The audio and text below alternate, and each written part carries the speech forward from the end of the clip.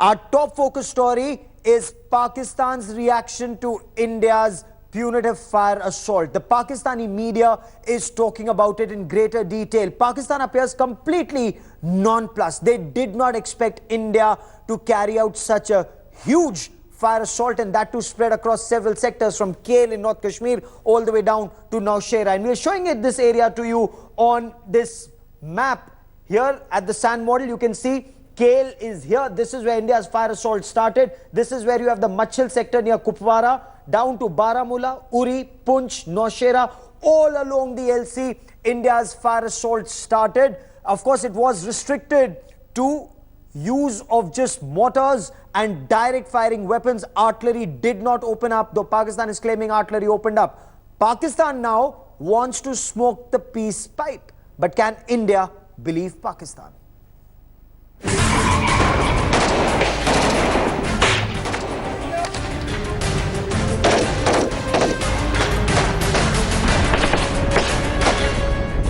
As Indian troops decimated Pakistani posts, the first teaser of India's firepower has rattled Pakistan.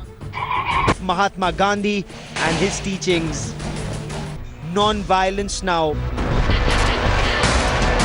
But India's most aggressive counter-attack has hit Pakistan where it hurts.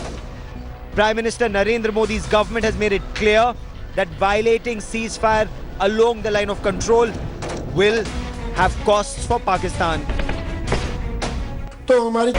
Pakistan blinked first as India launched its fiercest revenge attack after the mutilation of its soldiers in the Machil sector.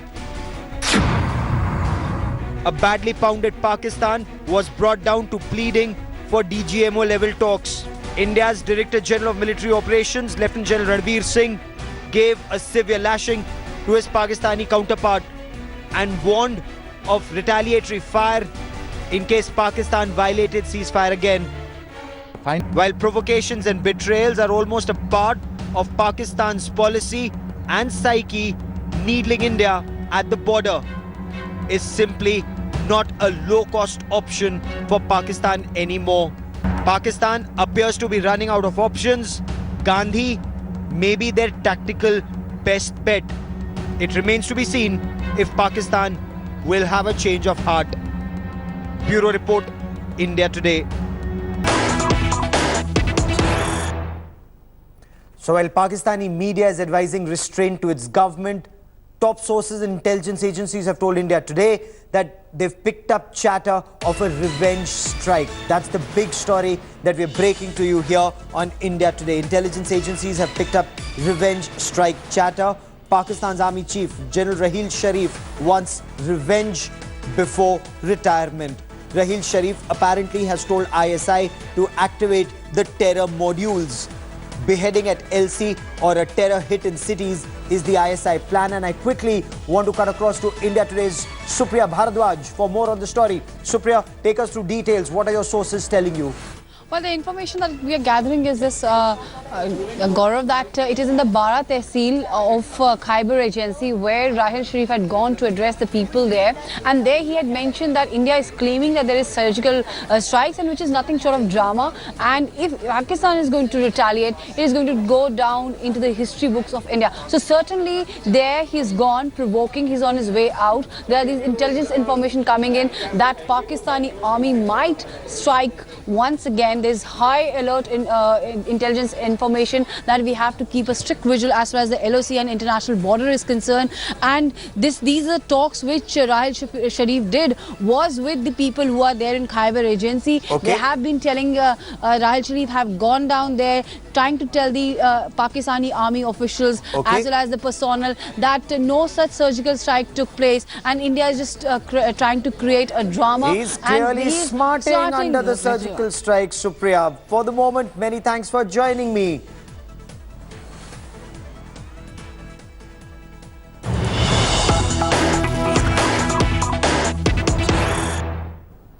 And the latest that we are getting to our viewers is the fog alert all along the international border and the line of control in Jammu and Kashmir. There could be a revenge strike, a retaliatory strike is what sources are telling India today. Take a look at this area. This is the international border.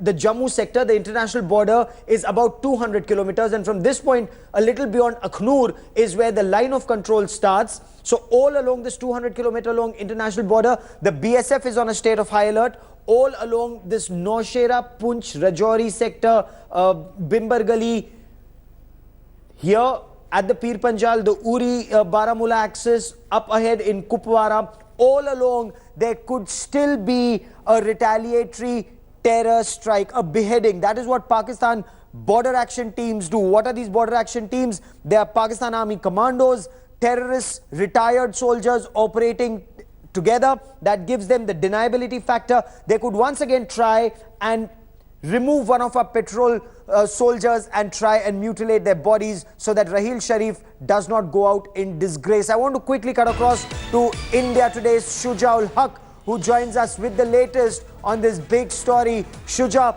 you've travelled through North Kashmir, you've been to the Machil sector. What are sources telling you? What's the situation on ground?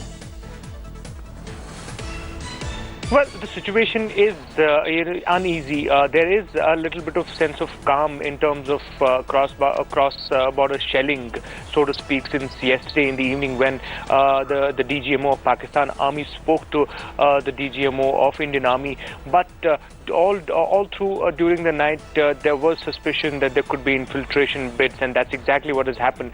The army said that in last 18 hours, they have foiled 2 infiltration, bids.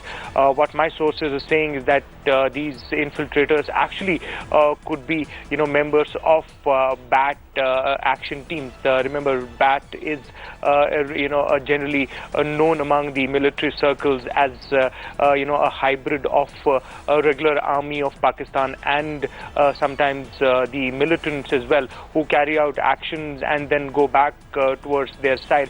That is what is suspected must have happened, in these cases as well.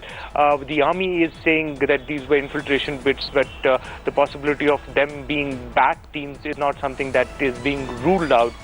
Now, what is helping these, militants or, the infiltrators is the fact that there's a lot of fog, dense fog has been observed in these forward areas of line of control, and that is a challenge which the Indian Army will have to meet. Shuja ul Haq, for the moment, many thanks. Keep tracking that story. I will come back to you for more. Pakistan claims it wants to smoke the peace pipe. Does it actually want to do so? Sartaj Aziz is Pakistan Prime Minister Nawaz Sharif's advisor on foreign affairs. He's coming to India on the 4th. This is for the Heart of Asia conference on Afghanistan. Will there be a bilateral? We still do not know, but India's made one thing very clear: terror and talks cannot go on together. So the guns have fallen silent at the line of control and the international border.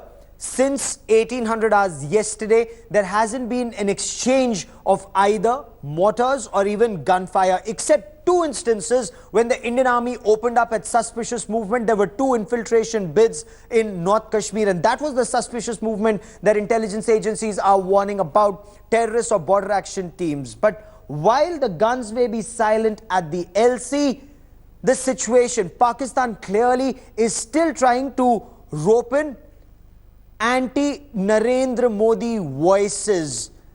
Voices that Pakistan claims could well be against Prime Minister's, what Pakistan calls them, are extremist policies. So what is Pakistan trying to do? Let's figure out their game plan.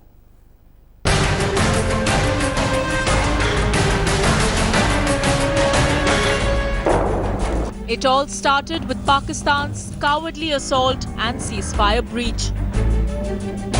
3 Jawans lost their lives in an ambush by Pak troops backed by terrorists in Jammu and Kashmir's Machil sector. After the attackers mutilated the body of a dead Jawan, the Indian Army hit back hard. India unleashed full retaliation with punishing firepower. There is immense tension between the troops of India and Pakistan on the line of control. Ever since yesterday, when that incident of killing of 3 Indian soldiers took place and the Indian army vowed that it will respond, there have been many incidents of ceasefire violation. In fact, today, for the first time in 6 years, there has been a ceasefire violation in Gurez sector. Locals were really panicked because of the kind of mortar shells that landed up in the civilian areas of Gurez. Similar reports are coming in from across the line of control. Founded by unrelenting Indian retaliatory shelling, Pakistan fell in line. With several of its posts destroyed in punitive strikes, Islamabad was looking for an escape route. After Pakistan Prime Minister Nawaz Sharif's emergency meet, Chief of Pakistan's military operations was forced to dial his Indian counterpart on hotline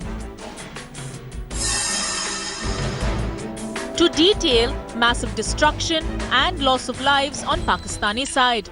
It was then up to Director General of India's military operations Ranbir Singh to do some plain speak. India made it clear to Pakistan that the fire assault was a direct fallout of Pakistani misadventure and border barbarism. India also made it clear that unprovoked Pak aggression will not go unanswered. A day later, a wiser Pakistan was subdued, its guns falling silent. We never intentionally target, Pakistani posts across the LOC. We have no interest in violating the ceasefire. You know very well why ceasefire violations take place. Very often, they provide a cover for Pakistan to infiltrate terrorists into our side of the international border or the line of control. So the onus for stopping ceasefire violations clearly lies on Pakistan. Immediately after the Uri attack and the surgical strikes that Indian Army said it conducted across the line of control, there have been many ceasefire violations. The number has now gone up to 300, and several infiltration bids have also taken place along various places on the line of control. One thing is very clear. Even as there is some sort of an uneasy calm that prevails, the situation still remains to be very critical. With cameraman Tariq Shujaul Haq in Srinagar for India Today. So Pakistan terror has failed. Pakistan failed at the line of control. Pakistan failed with its border action team. So now Pakistan is trying to rope in elements in India who may be against Prime Minister Narendra Modi's policies, try and subvert them. What Pakistan doesn't realize is people may be opposed to Prime Minister Narendra Modi's policies. People in this country are not anti-India. They keep India first. And once again, Pakistan is bound to fail. I now want to shift focus to what's happening within our country. I now want to shift focus to what is being seen as attempt to turn black money into white. And where in the Northeast, in the Seven Sisters, how? Let's now tell you about chartered flights that are taking off with crores and crores in cash from different parts of the country and landing in the Seven Sisters, hoping to convert that black money, alleged black money, into white. How is this happening? We bring you this report.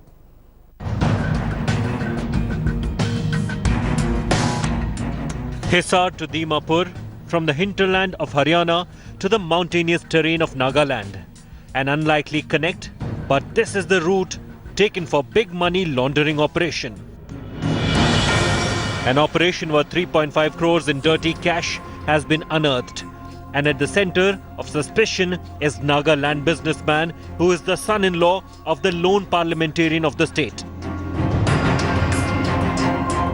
Anato Zemomi was arrested from Dimapur airport after he produced a tax exemption certificate to collect the cash. Anato Zemomi could be a pawn in a money laundering plot allegedly hatched by a Gurgaon-based businessman. After procuring the cash, the Nagaland businessman was expected to transfer the money into an account. The Northeast, with its tax exemptions, provides a safe haven for those looking to turn their black money into white. Investigators estimate that 11 crore rupees have been ferried through this route in 16 days following demonetization. The businessman in question has claimed that he had sent an amount of 5 crore rupees to Haryana for a land deal. That eventually did not happen. And that's the reason why a whopping amount of 3.5 crore was sent back to Nagaland in a private jet. On the contrary, Anato Zimomi has claimed that this is hard-earned money under agriculture. An alarm has been sounded in small airports and security has been beefed up. The Income Tax Department believes that 3.5 crore rupees in cash which was sent to Dimapur belonged to a politician. A Delhi-based trader and 2 others are being questioned in this connection. The suspect fails to provide any document to furnish their claims that the money was meant to purchase land. An aerial black money trail pieced together after a fortnight, with a key businessman under arrest. Will more skeletons tumble out? With Manoge Loiwal in Kolkata and Atir Khan in Delhi, Bureau Report, India Today. Some people may be complaining, but there are others who are trying to help with this demonetization drive by helping people who are standing in long queues, either by playing music to them or giving them free food and water. Take a look. This is what some restaurant owners in Bengaluru are doing, giving free water and free food to people. We leave you with our good story for the day.